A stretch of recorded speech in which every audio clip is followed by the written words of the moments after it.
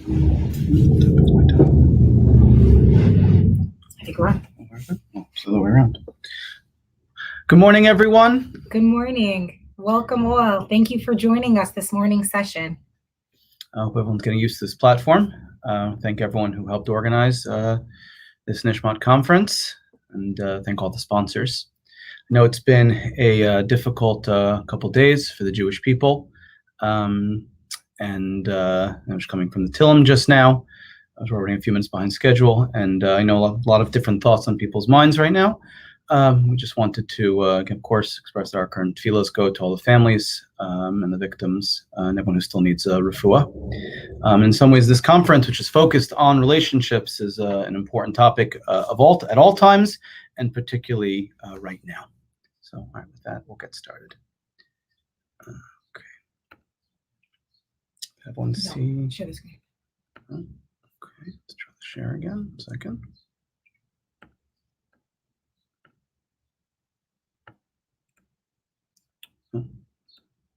Bear with us. Hold on 1 second.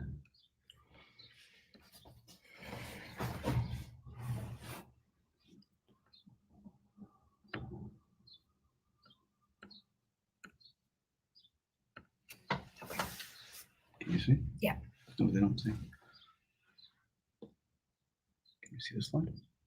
No, it's delayed. Okay. Yes. All right, good. Everyone can see the slides? Okay. All right. So welcome to our topic this morning is zooming in and zooming out, interpersonal relationships in our time.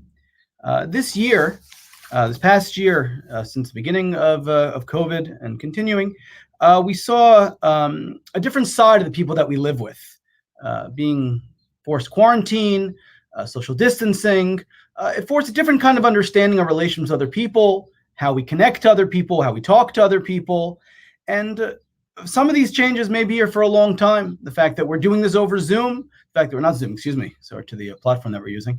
The fact that we're doing this remotely, there's something that may be here to change, be here to stay. Even we could do in person, such changes may be here. And what we wanted to explore this morning is how some of our interpersonal relationships has changed. We're talking about the topic not because people don't learn it like people with other talks, although it's true, but it's because we don't always think about it the way we should. We don't think that's something we need to work on. Often we talk about working on our tefillah, on our relationship with the Kadosh Baruch Hu, our relationship with Hashem, and our social lives and how we relate to people that we live with. That's kind of put to the side. Oh, you'll figure that out. That's more natural. But like everything in this world, it requires us to focus on and develop skills for it. And that's coming. We know that as we teach in our shul, that just as we speak to people, there was a kind of a shift in how we understand what it means to speak to other people.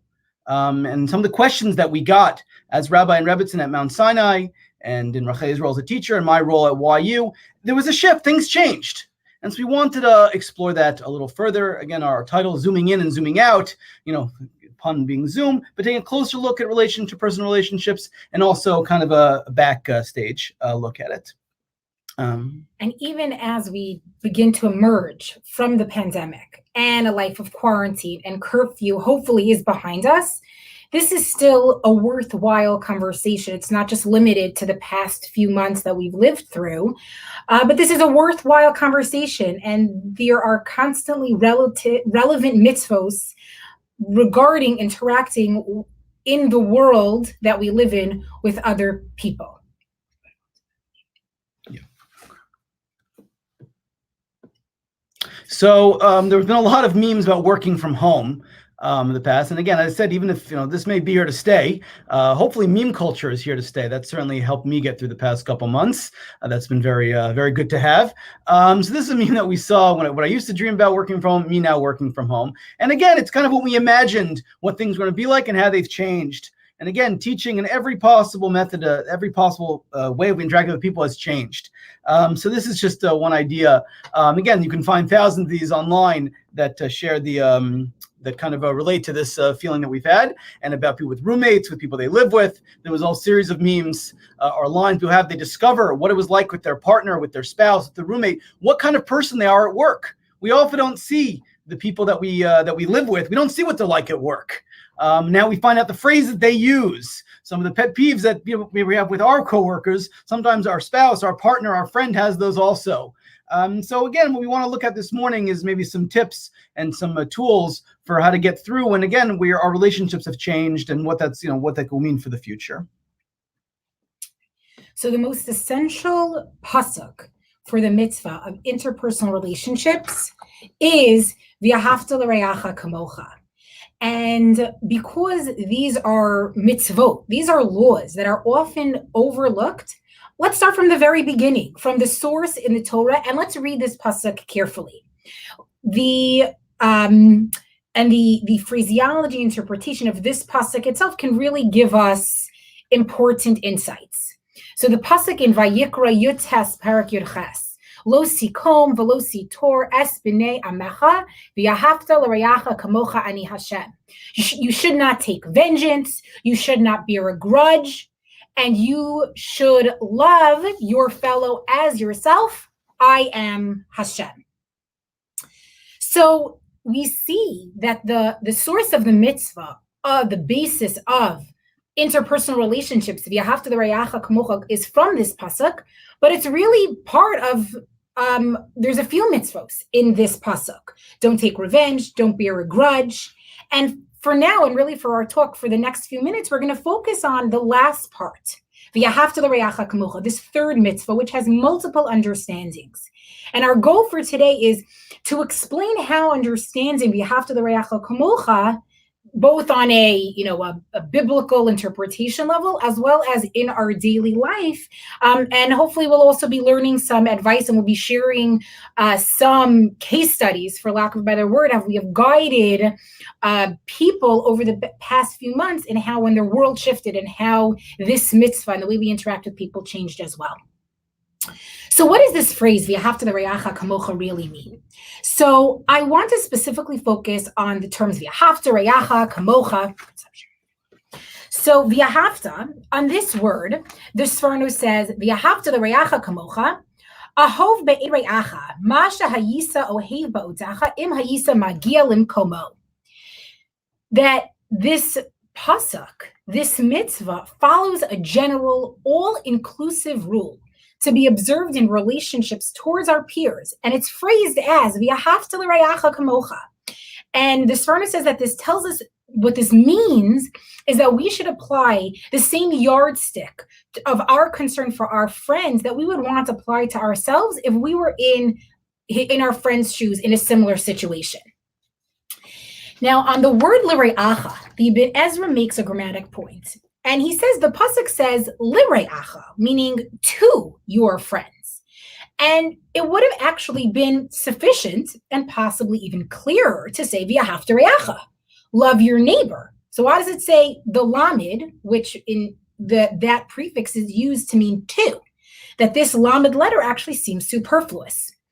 And the Ibn Ezra explains that it's actually not superfluous, and he goes on to give other examples of other terms where the lamed is used and doesn't have a deeper meaning. And he says really what this phrase means is that you should love that which is good for your friends, for your neighbor, as you do for yourself. And now another term in the pasuk is also re'acha, that many spend a lot of time discussing. Like, what does it refer to? Who is considered a friend? And according to some, re'acha refers only to Jews. And in fact, this view can be supported by the context itself, where the pasuk and really the preceding psukim before this pasuk refer to Jewish people. You should not hate your brother in your heart. We're referring to people in Am Yisrael. You should not take revenge or feel resentment against B'nei Amecha that we saw earlier in the pasuk. You should love Re'acha as yourself. So it seems that the context really is referring to those within the Jewish people. And then on the other hand, we have in Sefer Shemos, Parak Yud Aleph, pasuk Bet, where B'nei Yisrael, before leaving Mitzrayim, before leaving Egypt, they are instructed to ask their Egyptian neighbors for silver and gold. And in that context also, you have the words Re'ah, Re'ehu, Re'usa are used, which is clearly a reference to the Egyptians. And furthermore, one of the Seres Hadibros of the Ten Commandments instructs us not to desire the friend of our Rea. And we're actually going to come back to that mitzvah and what that Seres Hadibros as well. So now, does that mean that we're allowed to covet the wives of non-Jews and only Jews? Of course not. And so understanding the term of Re'acha in this way, these are really arguments against narrowing the term that Re'ah only means someone within Bnei Yisrael. And finally, the term kamocha, love your neighbor as yourself. And this word highlights the fact that you and your neighbor are different. Your neighbor is in fact not you, but you should still love him like yourself. And the Malbim explains that everyone, all humans were created b'tselem Elokim, in the image of God.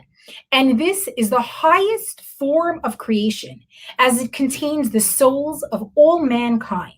And all people are like one person, the Malbim says, just like one body that has different limbs.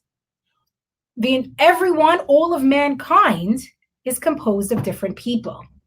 And that there is a connection between Re'acha, between your friend, and you, kamocha. We are, in fact, all connected, and we're similar even in just a basic way of the foundation of the creation of mankind.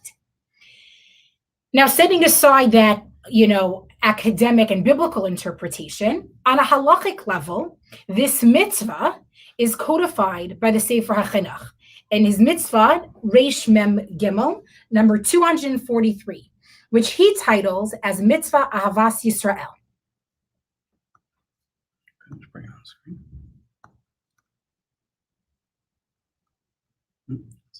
So the Sefer HaChinuch, it's one of my personal favorite Sfarim. It's an unknown authorship. Still some debates about exactly who wrote it. Not totally understood. But the Sefer HaChinuch is a list of the mitzvos by order of the Parsha. He more or less follows the Rambam's Rambam's list rather of the mitzvos in terms of what constitutes the 613 mitzvos. But one of his innovation, I should say, his main innovation was to organize the mitzvos according to the Parshas HaShavua. And sometimes he rephrased them in certain ways that can be instructive. So as mitzvah Reish Mem Gimel, which he calls mitzvah Avas Yisrael, the mitzvah of the love of Jewish people, of Yisrael, you can see it on screen in both Hebrew and English. He describes this mitzvah Avos kol echad mi Yisrael avas nefesh, to love each person, love the soul of each one of Israel. Interesting why it calls it avas nefesh, but something going beyond just the person, loving their soul, loving who they are. Kolomar shenimcha Yisrael b'mono k'moshan choma atzmo umono. That a person should have compassion for another Jew and for his money, just like a person has compassion for himself. And he goes on to explain. He quotes a line that we'll come back to in a moment. Don't do unto others, do not others do unto you. This is the idea of the mitzvah. And he quotes the Sifra, the Medrash Halacha and Vayikra, Amr Bekiva Zeklal Gadol Batorah. This is an important principle in the Torah. And he explains why is it an important principle in the Torah. Kolomar, Shaharbe Mitzvah Shabbatorah Tluyim Bakach. Many different mitzvahs are connected to it. This is an interesting principle when it comes to mitzvahs. Sometimes we have a mitzvah that tells us a specific thing to do, right? There's a mitzvah that tells us you have to do X, you have to eat matzah on Pesach. You have to daven. It's a particular activity. Other mitzvahs are more general categories. They define how we're general things we're supposed to do in our life. For example, we think of the idea of Devekus sometimes as a Hasidic concept, or if you're of a certain age, remembering the albums, the old Devekus albums, the music they used to have. But Devekus is also a mitzvah. We have a mitzvah to cling to HaKadosh Baruch Hu. And it's not necessarily one particular act that fulfills Devekus, that fulfills this mitzvah to cling to Kadosh Baruch Hu. It's a general category of activities and behavior and a mindset we're supposed to have. So V'ahavta L'reacha Kamocha incorporates many different mitzvahs, many different categories. As an interesting aside, one of the mitzvos that, according to some, is incorporated into V'ahavta L'reacha Kamocha is the prohibition of doing damages to another person. People will perhaps have learned either in Daf Yomi or in Yeshiva. Otherwise, we know a lot of halacha, a lot of Mishnayos and the Gemara are about what happens when you damage someone else's property. The Masechtas of Baba Kama, Baba Batzi, and Baba Basra are a lot about damaged property and the rights of someone else's. What if if I take something from someone else, if I steal, etc. So while theft is clearly prohibited in the Torah, There's many psukim related to that. There is no specific pasuk that says that I may not damage someone else's property. It tells what happens if I damage someone else's property. If I actively damage it, if something that I do, if my property damages your property. There's plenty of psukim that dictate that, but there's no specific pasuk that says I may not damage someone else's property, which seems strange. And it'd be a little strange to say, oh, you're allowed to, you just have to pay someone back. That'd be a little bit of a strange concept. I was allowed to break someone else's stuff, and I have to pay back for it, but there's no prohibition of doing it. So some have located the prohibition for doing this in the midst of that the reason I'm not allowed to damage someone else's property, not only do I have to pay back someone if I damage their property, but I'm also not allowed to, is because of this principle that I can't do unto others what others do unto me, that since I would not want my property damaged, I cannot damage someone else's property. If I do, I violate this mitzvah say. I violate this. That's how many explain this, put that under. Not everyone agrees with that, but that's how many explain. The Gemara in Shabbos, which is also alluded to in the Sefer HaChinuch, tells a somewhat well-known story. There was a story involving a non-Jew who came in front of Shammai, and he said to Shammai, he says, convert me, but only on condition that you teach me the entire Torah while standing on one leg. Omed al regel achas. It's become a bit of a phrase, a regel achas. Tell me what's going on. What's the hak, a regel achas? Tell me what's happening while standing on one leg. And Beishamai threw him away, interesting what his response was. Perhaps another time we'll talk about that. But Hillel, he came in front of, and he said, again, same thing, convert me on condition that you teach me the entire Torah on one leg. And Hillel respond, don't do unto other people that which hateful you, do not do to another. That is the entire Torah. The rest is commentary. The rest of it is interpretation. So in this story, we clearly see, what does it mean? It means don't do bad to other people. Things that you wouldn't want happening to you, you shouldn't do to others. That is the mitzvah. Again, Hillel says that's the entire Torah, and that also perhaps what makes it Zeklal Gadol B'Torah is because this is the entire Torah in some ways. Don't do to someone else what you wouldn't want them doing to you. And so what we'd like to, based on this idea, we'd like to explore, this is not just a drasha, not just a musar vart, and how this is actually a useful principle in interpersonal relationships. Maybe something obvious, but as we've come to learn in our role as Rabbi and Rebbitzin, not everything's obvious, and sometimes we actually can, using the principles here, using interpretation of the pasuk, using interpretation of the mitzvah, is actually useful advice that we've given to other people. So we'd like to go now to our first case study. Okay, so this case study probably started, hey, Rabbi. And someone called us and said, my roommate is literally a grouch every single morning, and I can't figure out why. And this, when someone confronted me with this sort of question and looking for guidance, it literally came out as like a statement, and like I'm at a loss. And again, as we sort of introduced our talk, and what's really underlying all these questions is in light of the year of COVID and in time of quarantine and shutdown and curfew. And interpersonal relationships are really stressed at this time.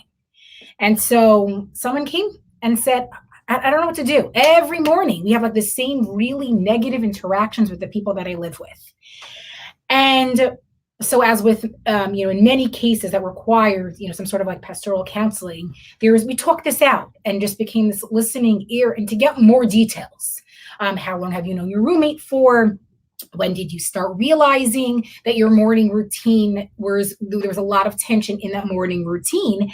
And that was sort of like that light bulb where there was something wrong in this morning routine that came recently, meaning before COVID, January, February of 2020, there was fine. And then also the person we were talking to also shared, like they're usually out by 7:30 in the morning, jumping on the train to get to their job in downtown Brooklyn. And they didn't see their roommate in the morning. And it was then talking about, okay, now that you're living together, so what's your morning routines looking like? What does your roommate's morning routine look like in light of the fact that their work has changed, and in light of the fact that they're working from home? And going back to that meme with that little girl, crying as she's coloring, of what the reality is of working from home. And so what came out of this conversation was that talking to the person was that she said that she goes on her Peloton, these stationary bikes, and turns on her TV, goes on to their Peloton platform to do a live ride. She tries to do them when they're live, doesn't like doing the recordings. And so then we sort of spoke about, and what's your roommate doing at that time? Oh, my roommate's still in the room, and my roommate's still sleeping, because even though she would be out of the house by 8 o'clock in the morning, but now she's sleeping until closer to 9, because she just has to turn on her computer at 9:01 to clock in. And so in this case, right, when we sort of fleshed out the details of what is causing the tension, is that, well, you're waking up your roommate 2 hours before they need to wake up. And that's why when your roommate finally comes out of the room after twisting and turning for an hour and a half, because you woke them up an hour and a half too early. And what we realized was that in this case, the fulfillment of the mitzvah, the ahavta l'reacha kamocha, was simply, so don't blast the TV as early as 7 a.m., waking up your roommate, right? Sort of this action was what we call like a sor meirah, right? Like moving away from, don't do something bad. And whether this meant that this person didn't exercise in the morning or used headphones when they were doing the ride, that little small action, although it took time, it wasn't so obvious at first, just doing that action of stopping to do something that was hurting and bothering the other person, this helped fulfill the mitzvah and rebuild that strained relationship. And so it took a few moments to take a step back, to zoom out, again, going back to our pun of the title of this talk. And it required a few minutes to think about and to talk about what you're doing and to stop that harmful behavior. And thinking, kamocha, if you were sleeping late, you wouldn't want to be woken up by the noise of a TV or the noise of the bicycle, mechanics waking you up earlier than you had to.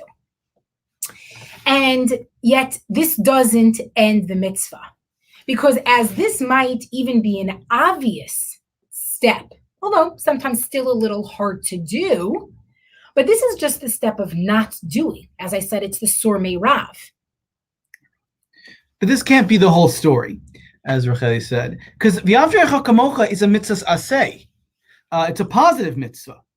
The Ramban, in his commentary on the pasuk, kind of challenges this approach to the mitzvah in saying, if it was just about don't do unto others what you wouldn't have others do to you, that's a mitzvah los aseh. That's a negative commandment. But this is clearly framed in the aseh.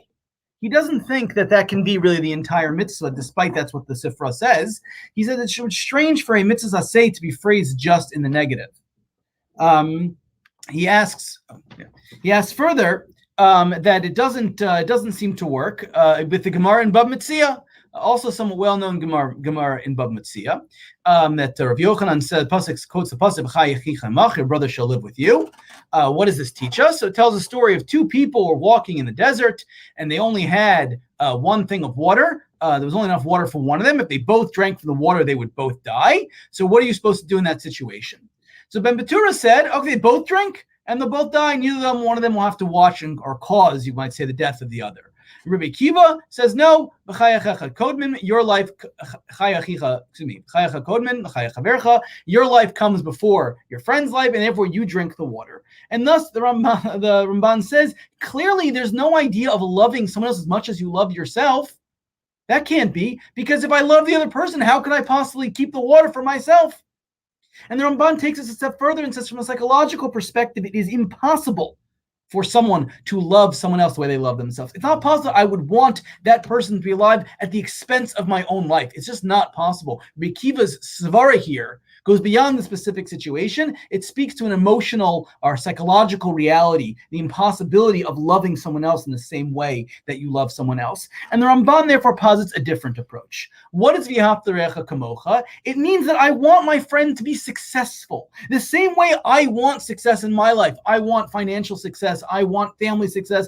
Whatever success means to me, I desire myself to be in the positive, to be successful. I should want that for my friend. And I should not to the same degree. It doesn't mean that everything I get, I automatically want my friend to have, or if there's a choice of me getting something, my friend getting it, that I'm going to want my friend to get it over me. That's a level that most people can't reach and be impractical to command us. Rather, just as a category, I want success. I want good things for me. I want good things for my friend. He cites perhaps the most extreme example of David and Yonasan, which in Pirkei Avos is seen as the prime example of friendship in Tanakh. David and Yonasan is the crown prince, supposed to be king, and David is the usurper in the eyes of Shaul and in the eyes of many. And Yonasan says, "No, David, you're going to be king," because he wanted that success for him. That's perhaps an extreme, because maybe Yonasan was going to lose out in that situation. But even just on a lower level for all of us, maybe not that extreme level, is that we want other people to be successful. We shouldn't have a feeling sometimes. You ever have people have this sometimes? I know certain people come to us with this and saying, "Yeah, I'm really upset. Okay, I got this. I was hoping for this job, and someone else got this job. I've gotten this computer science job at this I've got a coding job at this company. He's got a better company. She got the job at that school, and I wanted this. She's a doctor and getting into matched in this program, and I match it." You have that feeling was almost like, I wish I had more. I don't want that person. I want the person to be a little bit less successful than me. They're going to be successful, but less than me. And we should want our friends to be successful, not necessarily at our expense, but that we want success and good for other people. That's perhaps the Ramban's understanding of this mitzvah. So now to go to our next case study. Okay, and I know that we quoted a few examples, but here's a question that we got, and actually a pretty common one. Dating is rough during COVID, and I don't think I need to say more than that. My friend has met someone on JSwipe, or fill in the blank to another, either another platform or in person, and it's hard for me to hear this. I have pangs of jealousy. And again, this was someone confronting us and saying, I don't know what to do with these feelings. And as was mentioned before, right, this is something that's not necessarily related to this specific question, but have you ever gotten upset about someone who had something that you didn't have, someone in the same industry as you doing better than you? And what we see here, and hopefully what you realize, is that the root of this is jealousy. And that is why the previous pasuk to V'ahavta Re'acha Kamocha is lo sitor, don't bear a grudge. That you have this mitzvah written right before V'ahavta Re'acha Kamocha, because the opposite of bearing a grudge is V'ahavta. Bearing a grudge is the opposite of loving someone. It's being upset, being jealous of someone. And so the question now is, okay, so now that we've discovered what the root is, so how do you get rid of jealousy? Now, the mitzvah of lo sachmo, don't desire, don't covet, can be an entire share in and of itself. And on top of that, and related to that, there is this question of, can you even command a feeling? Many are bothered by this question about whether you can command emotion. How can I say don't feel an emotion? Is that really something the Torah can command us? Not everyone was bothered by this question. The Sefer HaChinuch and others, right? Of course you can command emotion. That's exactly, a person can command emotion, because we have power to control our emotions, and they weren't really bothered by this question at all. The Chinuch goes out of his way to say, don't ask me the question of how you can control emotion. It is absolutely within our power to control emotion. The Ibn Ezra takes a somewhat different approach. And he argues that what's the idea of lo sachmod, of not being jealous of our friend, is to make the item of source of jealousy, or that which my friend has, removed from me. He gives a mashal of, let's say you have a princess and a pauper. The pauper is not jealous of the princess, of wanting the princess. He knows it's not something that's even within his realm. He may desire the idea of marrying the princess, but it's not something he's actually jealous of, because it's so removed from his stage of life. So it's not something he can possibly desire. Even something that you were to ask him in a vacuum, he would want. And that's the idea of lo sachmod, says the Ibn Ezra, that my friend's property, my friend's things, what my friend has in this world, the idea of lo sachmod, the prohibition of lo sachmod, is to make that remove from me. I look at that's not something that's even shaykh to me. If you ask me, do I want that car? Maybe I would want it, but when I know that it's my friend, it's removed from me. It's completely outside of what's possible to me. That's how it's understand this way. So this is even though this is really often used in the context of lo sachmod, of how we can control jealousy, many shir, many divrei Torah, many drushos connect to this, I think it can also explain the mitzvah v'ahavta recha kamocha, if we use the Ibn Ezra's principle in light of what we saw. If the isser, the prohibition of lo sachmod, is rooted in the fact that we should look at our friends' property, our friends' things, as removed from us, as outside the realm of things that are connected, that are shaykh to us, perhaps the mitzvah v'ahavta recha kamocha is the opposite. Again, that word re'echa again is to put their well-being in what I care about. That the idea of the v'ahavta recha kamocha is your property, your life, your livelihood, your welfare, your mental health, whatever else, that's something that's shaykh to me. I care about that. And perhaps that's the mitzvah v'ahavta recha kamocha. The same way that I'm afraid of losing something that's mine, I'm afraid that if you lose what's yours. Jealousy, people often understood that it comes from a lack of self-esteem, right? People say like, oh, why are you jealous? Because you're not samech b'chelk, you're not happy with what you have. You suffer from low self-esteem, and that's why you're jealous of other people. And while that's certainly true, that's not the only source of jealousy. Sometimes it can actually be the opposite. It's saying, no, I'm really good, and I deserve this much. It's not low self-esteem, not wishing I had more. It's saying, I am on this level, I should have more, and we're afraid of losing that. And therefore, perhaps the contrast to this is feeling I'm on this level, and so is another person. They should also have good things. Not just we shemech b'chelko, that I'm happy with what I have and you have what you have, that I believe I'm on this level, that I deserve certain things, and so is my friend, and I want them to have the best. And perhaps that's another approach to the v'ahavta recha kamocha. It's not the sense of oh, it's just okay with what I have. It's more, I want more for you, the same way I want more for me. Another approach to the v'ahavta recha kamocha is based on the Rambam. The Rambam considers this a positive commandment, mitzvah saseh. He includes the mitzvah of bikar cholim, visiting the sick, nichma velim, comforting mourners, hachnasas kala, taking care of people to get married, and other mitzvahs are all including v'ahavta recha kamocha. Those are all mitzvah saseh. Those are all positive mitzvahs, things that we're supposed to do. So how does he understand Hillel's statement in that it's formulated in the negative? Perhaps there's perhaps we can understand there's a progression, because the Rambam perhaps sees the story of the ger coming to Hillel. Perhaps he sees the story of him coming to Hillel again. Back on screen again, right? Yeah. Okay, back on screen again. Perhaps he saw the Hillel as that's the base level. The v'ahavta recha kamocha at its core is that which is bad to you, that which is harmful to you, don't do to someone else. That's the base level. That's what we have to reach first. But then the next step is to do good for others. It's a sur meramin va'aseh tov. So you have to start with being at least in the level where I'm not going to harm other people. But the next level is then to seek out this good for others. And perhaps that's the pshat in the end of Hillel's statement, Yidach Perusha Huzil Gamor. Everything else is commentary, go and study it. Often that scene, it's often translated, everything else is just commentary. I don't know if the Rashi wine, I feel like I haven't seen their name in a while. At some point it became popular name wine after various Rishonim, Rambam, Ramban, Abarbanel, Sefarno, Rabbeinu Bachya, I don't know, all different kind of wine companies.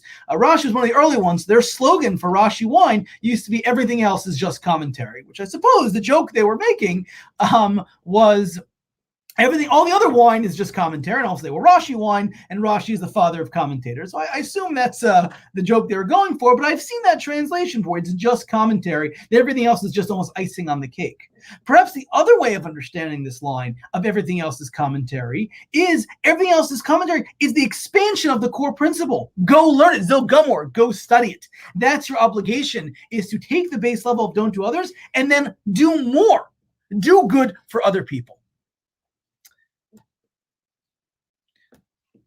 But understanding v'ahavta recha kamocha means you're obligated actually to go and do things, and that actually requires you to go out and seek things to do. Perhaps the mitzvah v'ahavta recha kamocha, it's not like the mitzvah of lulav. It's lulav. You command take a lulav, you shake it, and you're done with the mitzvah. Even just picking up the lulav, you're done with the mitzvah already. There's a one-time activity, and you're done. And that's it. I hear shofar, I'm done. I'm finished. The v'ahavta recha kamocha is a lifetime process. You have to constantly be seeking ways to do good for other people. Every person is different. What's good for them, their welfare changes depending on the person and depending on the time period. What a person needs now is not the same thing they needed 3 months ago or yesterday. And it won't be the same thing in next week. There is no finishing the mitzvah of the Haftarah Chamocha. I've never gotten to the point, oh, I'm yotzi this mitzvah, I'm done. It's a constant life journey because part of the mitzvah is seeking out ways to care for other people.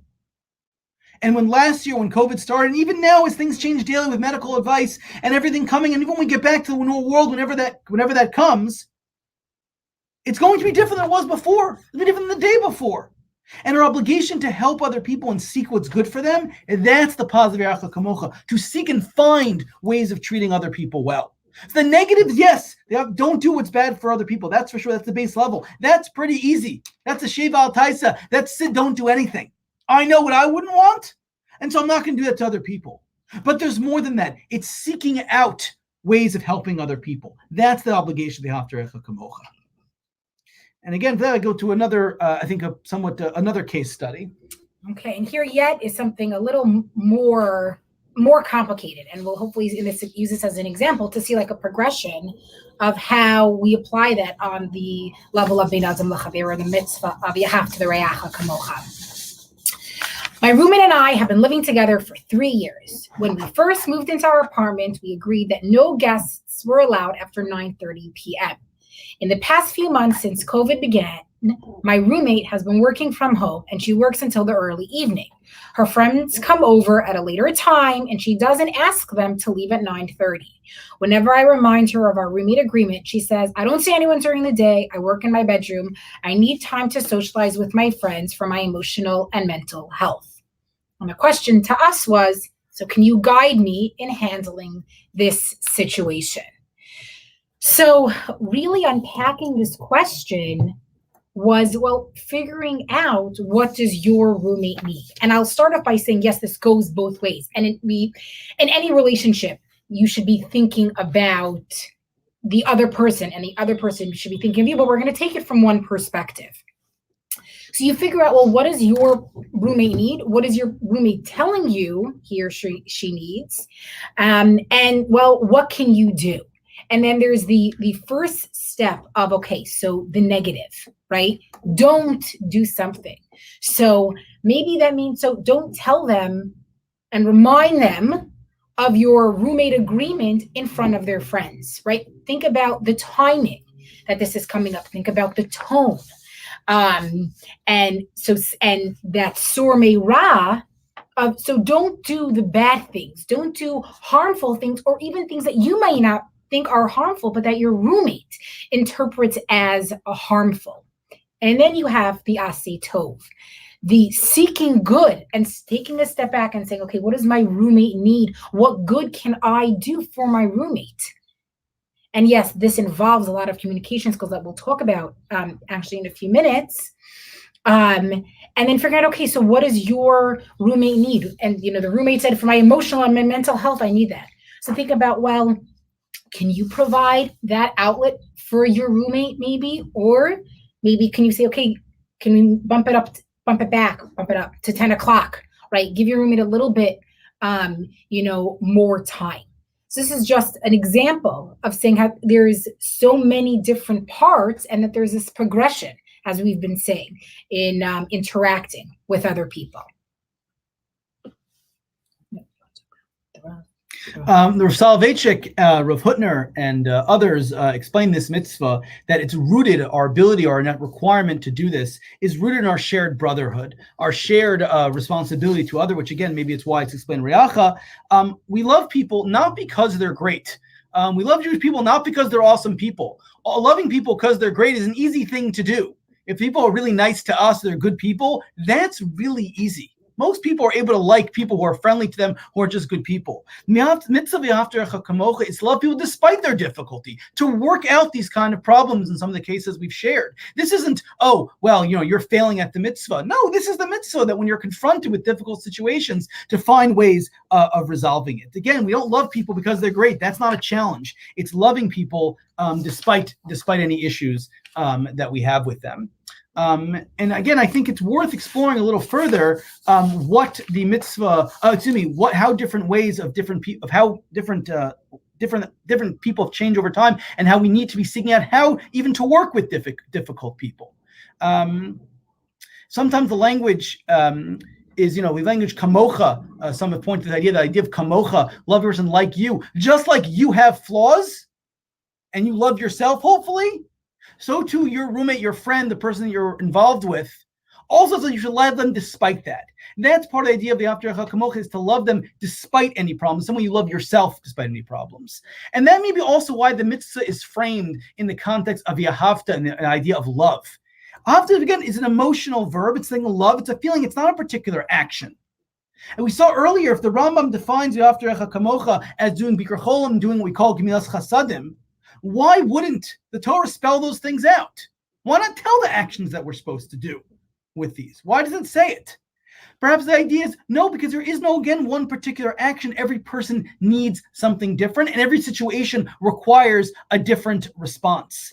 The idea of emotion we saw earlier, the Chinuch believed you can command emotion, you can control emotion. How does the Chinuch explain that? How do we control our emotions, our feelings? The major principle of the Chinuch is that achar pulos nimshachos levavos. After our actions, that's where the heart is pulled. And thus when we do activities, when we do actions that represent love, we feel that love for other people. When there are people who we don't necessarily like, or we don't necessarily care for, and despite that we do good things for them, we come to love them. It's not that I love them and then do good things. It's the other way around. I do good things for other people and then I love them. And that's why it's phrased as V'ahavta. It doesn't give you a particular action. It doesn't tell you to do a particular act. It's that feeling that we're supposed to do actions to other people that will give that emotional feeling. And again, every person requires something different. Every situation requires something different. So people have come to us, especially during COVID, but not limited to this time, with problems, with challenges that they're having with their roommates, with their friends, interpersonal relationships. And often there's an inability to communicate.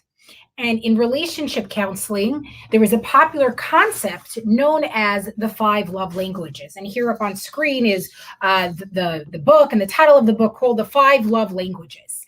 And the author of the book, Gary Chapman, he has sort of, this is his, very basic theory, that there are five love languages. 5 that people speak different love languages, and physical touch, words of affirmation, meaning saying words like I appreciate you, I love you, thank you, but it's the verbal words that a person needs to hear to feel loved. Acts of service, which means doing things for them. I don't know, an example of washing the dishes, taking out the trash, making a cup of coffee, receiving gifts. Here is a bouquet of flowers. Here's a box of chocolate. Here's a box of pens that I know you just ran out of. Receiving gifts. And then quality time, knowing that person, that you can just have time, a half hour, an hour, whatever the amount of time is, that you just need quality time with that other person. And what Gary Chapman says is that every person has a love language and speaks a love language. And in order for you to be in a relationship with them and to have a strong and good relationship, you need to express your love for them in the language that they speak. If you have the language of your love language is receiving gifts, I can tell you from today and tomorrow how much I appreciate you and how much you do for me and how much I love you, but that you will not feel loved in the way that I think that I'm expressing my love, but you don't feel loved. And the way that the best way to show my love for you would be to buy you gifts and to give you that gift, because that is how you understand and speak. That is your love language. And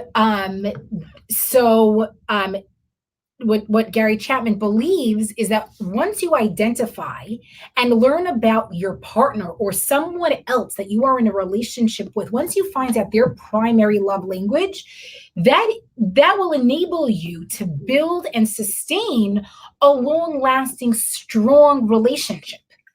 And even though Gary Chapman really writes this in the context of a romantic relationship and the context of marriage, this really applies to anyone that you are in a relationship with. And really, the first step is learning what that other person wants in the relationship, and how that other person can feel that this relationship is important, and that they feel cared for in this relationship. And only when we give encouragement and enable the other person to feel loved, to feel safe, to feel comfortable in the relationship, that is really the important foundation of this relationship. And as I said, this applies to all relationships, all interpersonal relationships, and is not limited to marriage and romantic relationships. Now, this book, The 5 Love Languages, has become canon, and it's a short book, and I highly recommend it to anyone. And a couple of years ago, there was an article written in The Atlantic that actually explained that this book has been misconstrued by the public in recent times, where people are saying, and maybe even you've done this, or maybe you've heard other people say this, well, my love language is this. And this is what I like, this is what I need. And people have actually turned this book and this idea sort of like into a personality test, right? Like similarly to the Myers-Briggs personality test, which was also incredibly popular. I know, like I've taken it numerous times in different programs, and when I was in my psychology classes in college. And in recent years, that has fallen out of favor. And one of the reasons is because people get completely different results whenever they take it. And also because the Myers-Briggs test creates this idea of, this is who I am. This is the type of person that I am, when there's actually nothing helpful or meaningful about that. And here we have the 5 love languages, which the article in The Atlantic was writing about, is that the goal of this book and the goal of finding out the 5 love languages is not to find out who you are, but rather who your partner is, and who the other person in the relationship is, and what they need. So when we have the examples where, people that you roommates, or people that you have relationships with, and we mean that in the broadest sense, when you are having difficulty in your personal relationship, the goal isn't figuring out who I am. I need to sleep late. I need to exercise. But it's figuring out, well, what does the other person need? And that is what V'ahavta l're'acha kamocha is all about. That is the positive side of the mitzvah, as we were saying earlier. And this isn't just a good vart, a good shear on the mitzvah, but this actually dictates how we should be interacting with other people. And I hope that in what we've been saying for the past hour or so has really given some practical ideas and tips of improving and continuing our interpersonal relationships. As we've said, V'ahavta l're'acha kamocha has changed, and our thoughts about this mitzvah has to change because of the modern world, because of the pandemic, and not even with a pandemic. That when in our world of interpersonal relationships, this mitzvah has to do with so many different people, and every person is different, and people change. And just as a way of concluding with a quote from Rabbi Lord Jonathan Sacks of blessed memory in his book Faith in the Future, just to expand on this idea one step further. The Hebrew Bible contains the great command, you shall love your neighbor as yourself, and is often taken as the basis of biblical morality, but it is not, it is only part of it. The Jewish sages noted that on only one occasion does the Hebrew Bible command us to love our neighbor, but in 37 places it commands us to love the stranger. Our neighbor is one we love because he is like ourselves. The stranger is one we are taught to love precisely because he is not like ourselves. We have to learn to love people even who are not like us, even those who are not kamocha, even those who are not like you. Beracha Kamocha is a constant journey to be doing more, to helping other people who we sometimes can't relate to their struggles, to their problems, to their issues, to their personalities. It's a lifelong struggle, and it's a day-by-day something that we have to be constantly working on. Some of the other topics that you'll be hearing over the rest of this conference, like to marriage, children, Taras Mishpacha. Some of these areas may connect to you more, may connect may not connect to you as much. Sometimes we hear about a struggle someone's going through, and it's hard to understand that, and therefore we may not care as much. But hopefully part of the idea of V'ahavta kamocha and all the other mitzvahs related to loving other people is to think beyond ourselves, to try to think what other people would want, how we can help other people. So once again, I want to thank all the organizers of the conference putting this together, and I thank everyone for listening, and enjoy the rest of the conference. Thank you.